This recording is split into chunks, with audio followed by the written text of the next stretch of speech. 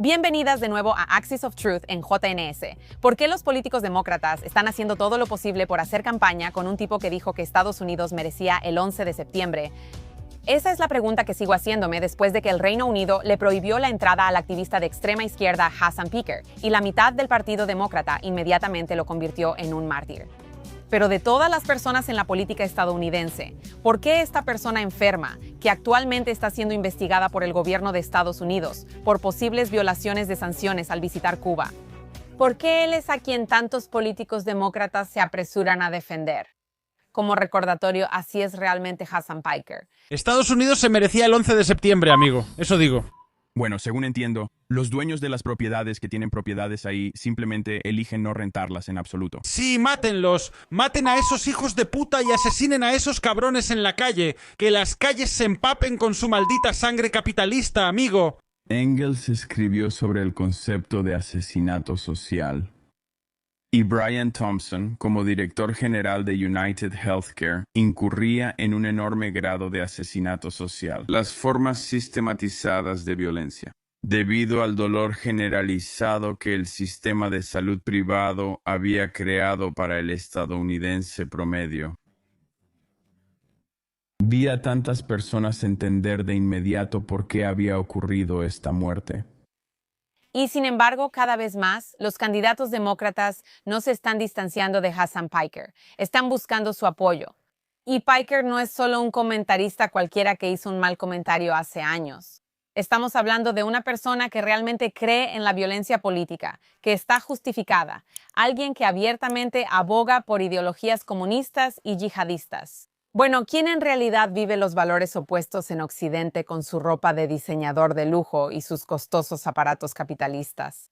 Estamos hablando de una persona que ha defendido repetidamente a Hamás y ha buscado excusas para Hamás, un grupo designado como terrorista por Estados Unidos que secuestró y asesinó a decenas de estadounidenses el 7 de octubre. Creo que es importante entender el contexto histórico en el que la resistencia violenta. No hay ningún contexto que justifique asesinar a cientos de adolescentes. ¿O sí? Creo que sí, exactamente. Creo que sí lo hay. Creo que es importante entender el contexto en el que la resistencia violenta ha evolucionado, ya sea Hamás o cualquier otro movimiento militante. No son monstruos bárbaros, aunque cometieron atrocidades horribles, ¿verdad?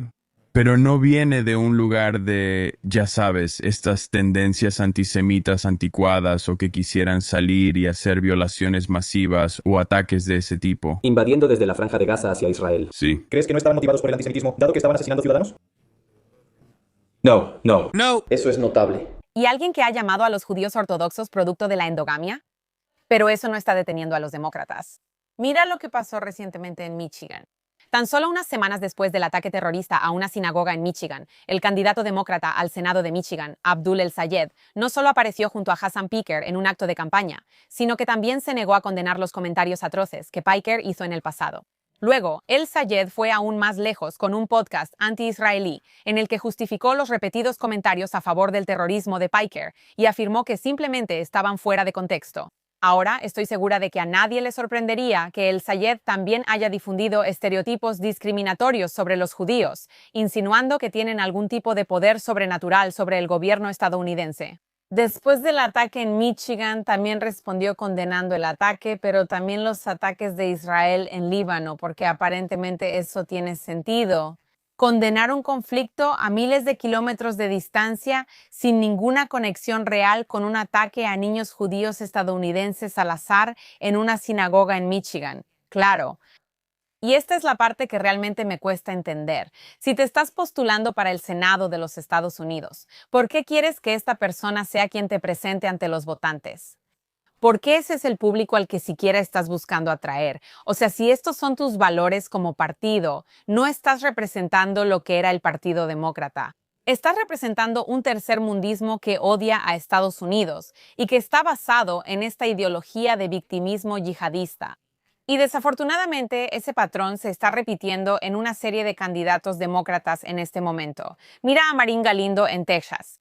Ahora, afortunadamente, Maureen ya perdió su contienda, pero no sin antes publicar un video en el que hablaba sobre convertir un centro de detención de inmigrantes en una prisión. Para los sionistas estadounidenses, no israelíes, no extranjeros, sionistas estadounidenses. Cuando digo que quiero a los sionistas multimillonarios en prisión, eso no significa que quiera a los judíos en campos de internamiento. Entonces, ¿por qué estoy recibiendo un montón de amenazas de muerte e insultos de MAGA? Lo cual en realidad tiene sentido, me doy cuenta. Al parecer, los de MAGA y los sionistas judíos son exactamente las mismas personas. Hablan exactamente de la misma manera y eso es porque MAGA es el sionismo cristiano en desarrollo. Así es como quieren crear un estado religioso en los Estados Unidos de América a través de MAGA. Ese es el objetivo del sionismo, crear estos estados religiosos supremacistas blancos. Así que la verdad no me importa de qué religión seas. Si eres sionista, o sea, si crees que tienes derecho a una tierra o que alguien simplemente tiene derecho a una tierra basado en creencias religiosas y que matarías a todos los semitas por eso, entonces sí, creo que eres un peligro para la humanidad y deberías estar en prisión. Esto ni siquiera es un debate sobre la política israelí. Es alguien hablando de castigar a los estadounidenses que creen en los derechos civiles de los judíos. Y sin embargo, de alguna manera, esto sigue pasando. Las candidatas demócratas dicen algo escandalosamente antisemita o algo que hace solo unos años habría sido recibido universalmente como algo antijudío. Sin embargo, en lugar de ser expulsadas como candidatas, el Partido Demócrata, que recientemente ha sido invadido por los socialistas democráticos de América, les busca excusas, pero está empeorando aún más. mira al candidato demócrata al Congreso, Adam Hamawi, en Nueva Jersey, quien acaba de ganar las primarias. Ahora Hamawi no es solo un izquierdista marginal, él tiene vínculos reales con el terrorismo. Él fue un aliado cercano de Omar Abdelrahman, el jeque ciego, quien más tarde fue condenado en relación con el atentado de 1993 al World Trade Center. Viajó con él, le sirvió de traductora e incluso fue testigo de la defensa en su juicio por el complot terrorista. En 1994 se ofreció como voluntario para una filial de Al-Qaeda en Bosnia. Y luego, en 2024, Hamawi se ofreció como voluntario en un hospital de Gaza, bajo el cual se escondía el líder de Hamas, Mohamed Sinwar. Por supuesto, Hamawi afirmó que no había nada sospechoso en el hospital y que Israel estaba atacando a civiles. Si eso no fuera suficiente, también apoya un embargo de armas a Israel y se opuso a la financiación de la cúpula de hierro defensiva. Hamawi es uno de los ejemplos más extremos y aún así es solo uno de muchos candidatos demócratas con comentarios seriamente inquietantes y un historial de asociaciones y retórica peligrosas y extremistas. También está Kawaz, una candidata al Senado estatal de Nueva York, que dijo que el 11 de septiembre es resultado del colonialismo estadounidense. Está la candidata al Senado de los Estados Unidos, Graham Plattner, quien literalmente tiene un tatuaje nazi con el que, al parecer, los demócratas ya no tienen ningún problema. Y también está la candidata al Congreso de los Estados Unidos, Daria Lisa Ávila Chevalier, otra candidata de la DSA que participó en las protestas anti-israelíes en Nueva York el 8 de octubre de 2023 en la ciudad de Nueva York. La triste realidad es que posturas que antes existían principalmente en espacios de activismo marginal, ahora están apareciendo en campañas para el Congreso en todo el país. E incluso los demócratas están empezando a admitirlo. Mallory McMorrow, candidata demócrata al Senado en Michigan, fue cuestionada sobre si el Partido Demócrata tiene un problema de antisemitismo, y su respuesta fue un sí rotundo. De hecho, su propia familia ha sido víctima de ello. Su esposo, que es judío, fue insultado con un insulto antisemita mientras caminaba con su hija de 5 años afuera. Esa es una demócrata describiendo lo que ha experimentado con sus propios ojos. ¿Existe un problema de antisemitismo en el Partido Demócrata, señorita McMorrow? Sí, lo hay. En la convención demócrata, una asistente le gritó un insulto antisemita a mi esposo, que es judío, mientras caminaba con mi hija de 5 años. Eso es aterrador. Entonces, si este es el caso, ¿por qué las personas en el poder dentro del Partido Demócrata están permitiendo esto? ¿Por qué están actuando como si quienes abogan explícitamente por la violencia política fueran en realidad una voz legítima de la generación Z y el futuro del partido, como Hassan Piker? Porque creo que esa pregunta nos dice algo importante sobre lo que está sucediendo dentro del partido. Hace unos años, aparecer junto a alguien que dijera que Estados Unidos merecía el 11 de septiembre habría sido un suicidio político. Sin embargo, hoy en día, una candidata al Senado de los Estados Unidos lo ve como una oportunidad.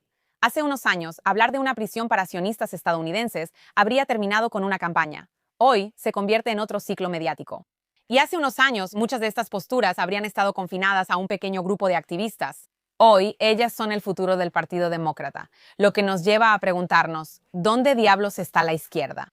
¿Dónde están las demócratas que aman a los Estados Unidos, que creen que el antisemitismo debería ser descalificante, venga de la derecha o de la izquierda, que entienden que se pueden apoyar los derechos humanos sin justificar a Hamás, que no apoyan a radicales que están quemando banderas estadounidenses? Porque no debería haber lugar para esas opiniones ni en la izquierda ni en la derecha. Una democracia sana requiere desacuerdo, requiere debate. Requiere que personas con ideas diferentes discutan de buena fe porque, al final, quieren que el país tenga éxito, no porque un lado quiera destruirlo a favor del yihadismo del tercer mundo. Hassan Piker odia a Estados Unidos y eso no es lo que él ha estado ofreciendo. Él no quiere soluciones. Su proyecto político se basa en convencer a la gente de que Estados Unidos es el problema, que sus instituciones son el problema, que los judíos son el problema y que el país mismo debe tener algún tipo de revolución comunista. Lo que encuentro más inquietante no es que Hassan realmente crea esas cosas. Después de todo, es un troll ignorante que finge tener rigor intelectual cuando no lo tiene.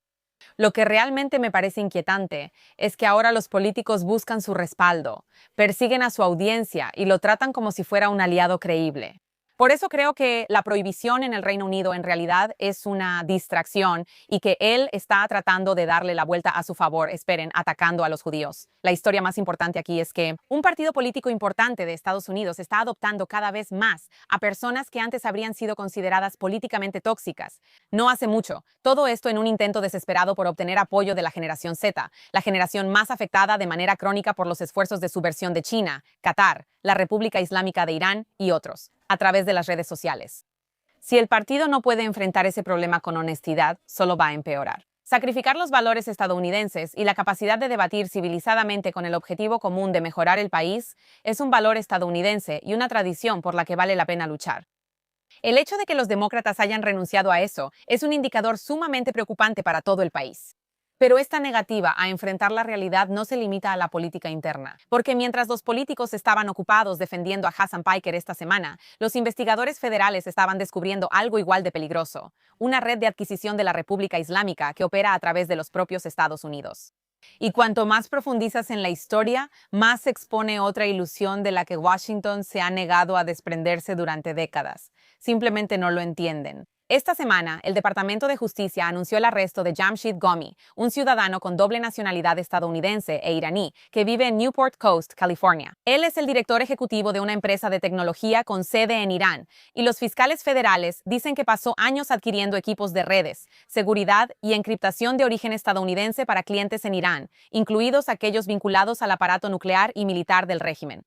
En palabras sencillas, la acusación es que tecnología estadounidense sensible estaba siendo adquirida a través de Estados Unidos y trasladada a manos de la República Islámica, justo bajo las narices de Estados Unidos de América.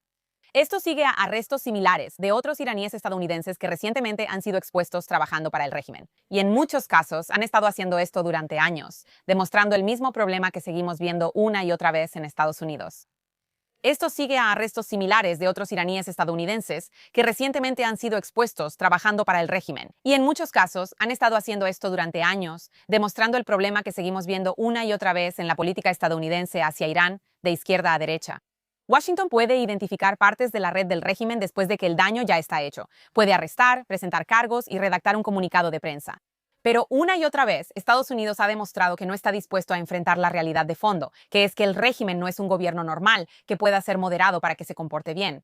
Y por eso la política estadounidense en Medio Oriente sigue fracasando. Prueba número 1. ¿Estás hablando del hijo del líder supremo? Bueno, él es parte de esto, sí. No se le ha visto en público. ¿Cuál es su situación? ¿Has hablado con él directamente? Creo que le tienen mucho respeto. Lo he notado. Quieren obtener su aprobación.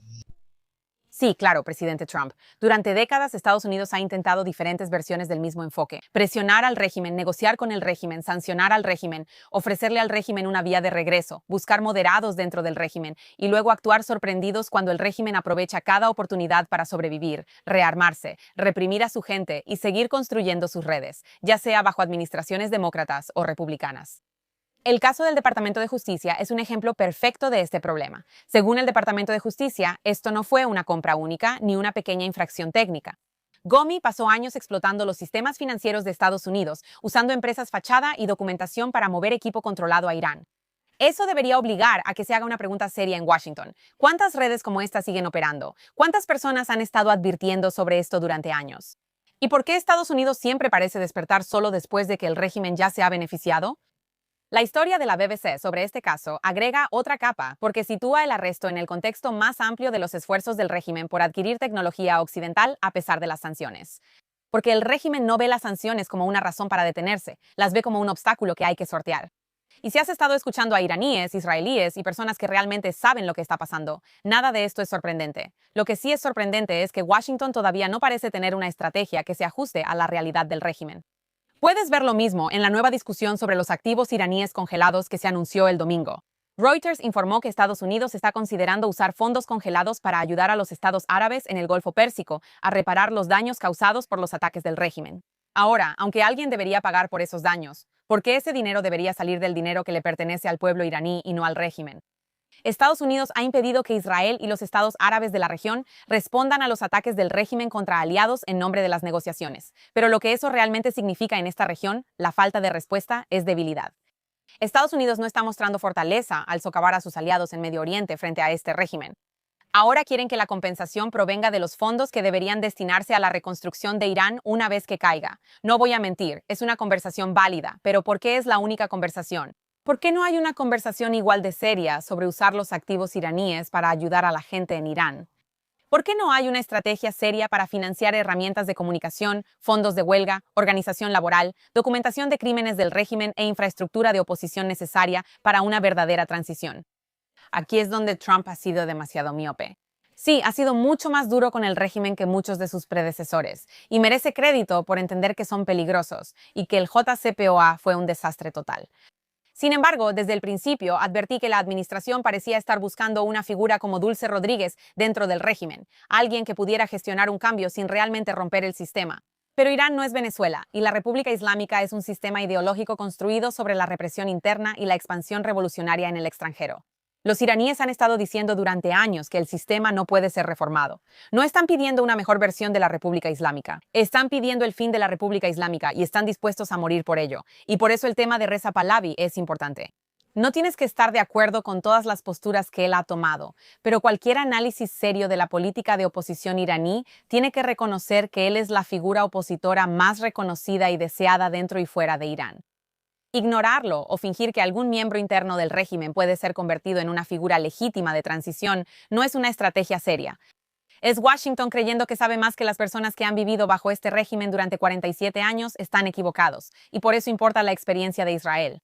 Israel entiende el Medio Oriente de una manera que las administraciones estadounidenses consecutivas no han entendido. Estados Unidos es un país soberano con sus propios intereses. Pero sobre Irán, Israel ha estado advirtiendo durante décadas sobre la naturaleza del régimen, sus ambiciones nucleares, sus redes de grupos proxy que amenazan a Estados Unidos, su infraestructura terrorista que mata a estadounidenses y su disposición a usar cada oportunidad diplomática como un medio para reconstruirse. Aún así, Estados Unidos actúa como si supiera mejor que Israel cómo manejar al régimen. Es la definición de locura. El domingo, una exfuncionaria del Mossad lo admitió abiertamente, que Israel tenía un plan por fases diseñado para debilitar al régimen y crear condiciones que llevaran a su colapso. Parte de ese plan ya estaba en marcha, pero el proceso se detuvo cuando el presidente Trump detuvo abruptamente la guerra.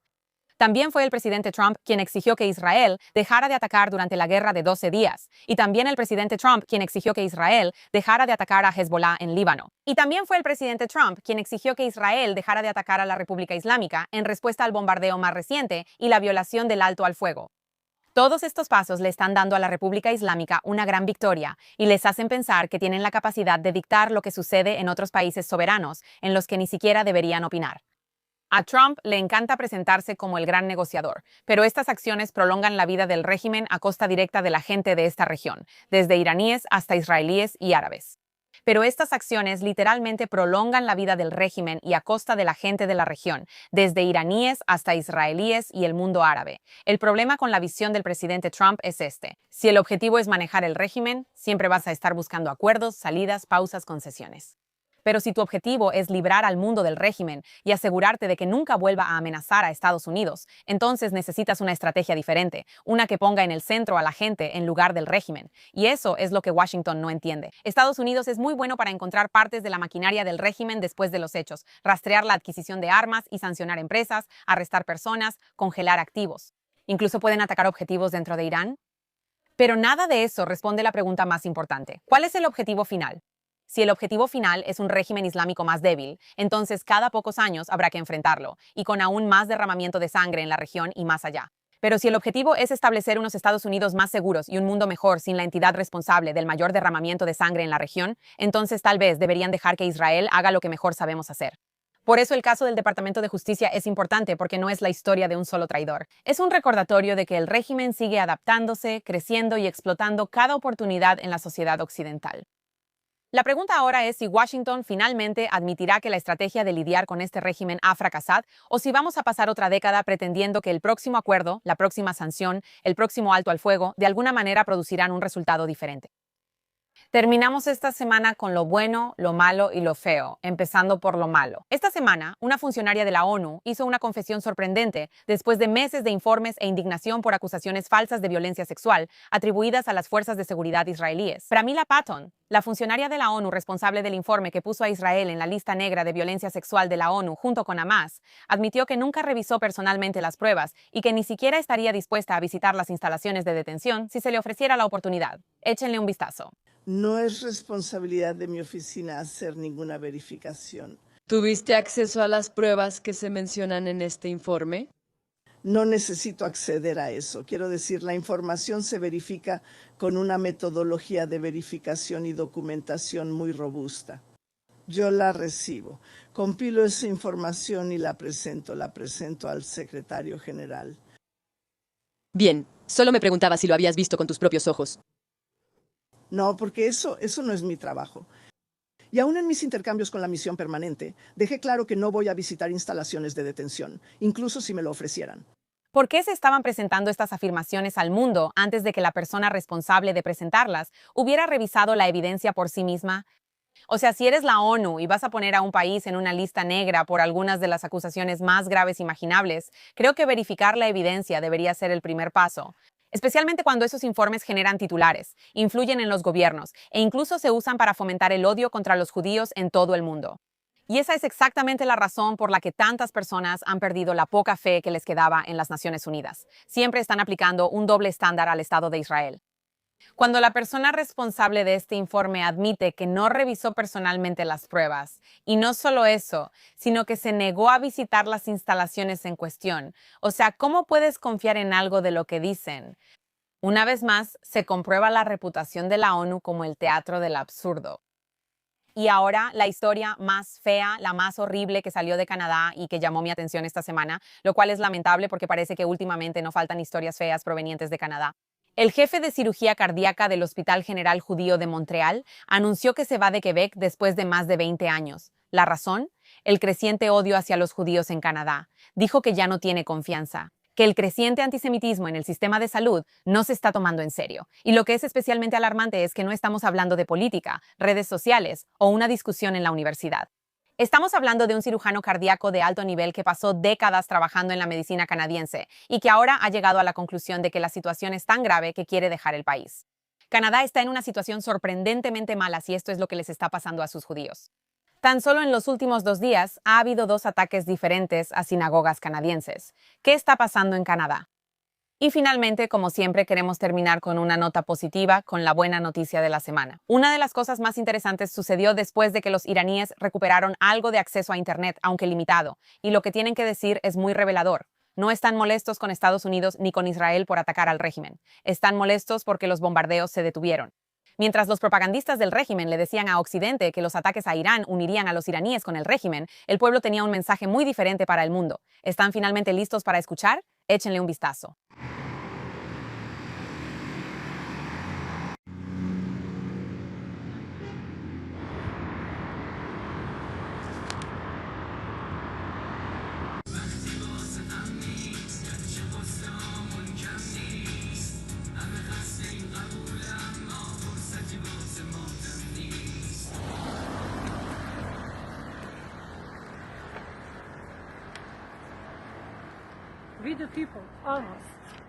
La triste realidad es que esto es lo que los iraníes sienten que necesitan para deshacerse del régimen. Y vaya que es una visión muy diferente a la que tantos supuestos expertos afirmaban.